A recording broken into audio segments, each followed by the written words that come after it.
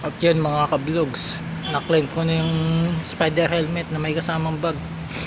Ito siya mga kablogs. Ito pinuntahan ko sa Pasig RCC Center. Ayan o. May buksan natin mga kablogs sa bahay, pagdating sa bahay. Yun mga kablogs, unbox natin to. Dito na ako sa may bahay.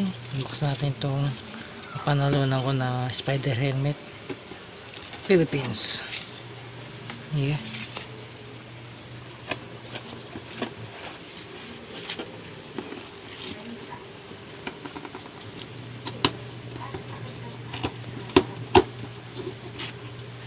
Ganda mga kablogs. Ito yung yung string bag. Ayan. Nakalagay na spider. Ayan, spider. Tapos ito yung helmet. Mga vlogs, ito yung helmet mga vlogs. Natin Trax, spider Trax ba ito? Ito mga vlogs, spider Trax. Yeah. Okay, buksan natin, tanggalin natin sa plastic. Ito to.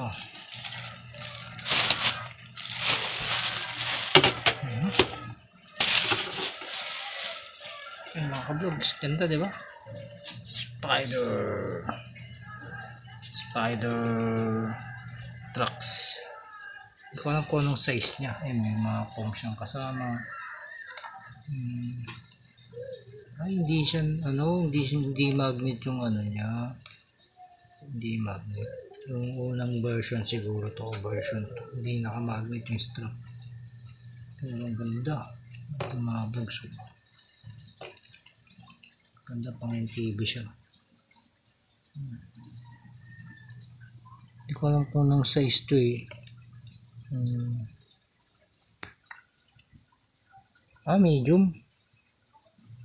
medium size to kasi makita mga vlogs.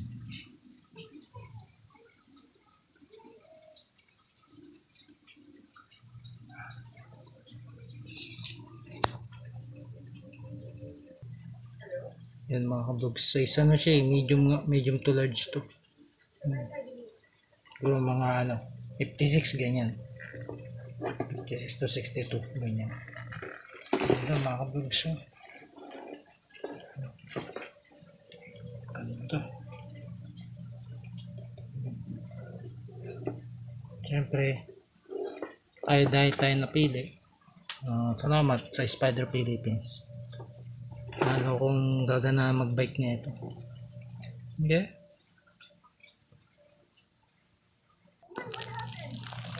Yan mga kablogs, siyempre natin yung string bag mga kablogs.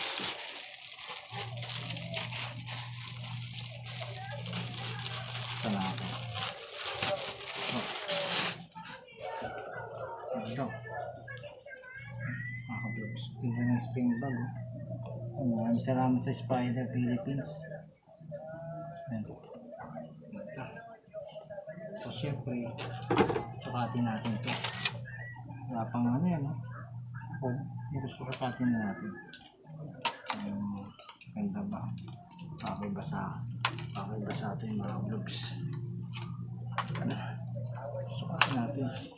Pero sakto, medium na ito.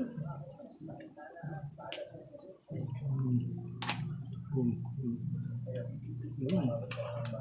Hindi pa pala masyado nakalaki ang nito strap. Malamubag. Okay na. Sakto sa akin mga vlogs. Ganda. Ganda mga vlogs. Sakto. Medium size. Ganda. Yeah. Ganda mga vlogs. Okay. Mga vlog, salamat sa Spider Philippines sa helmet tsaka string bag. Yeah. Spider Trax.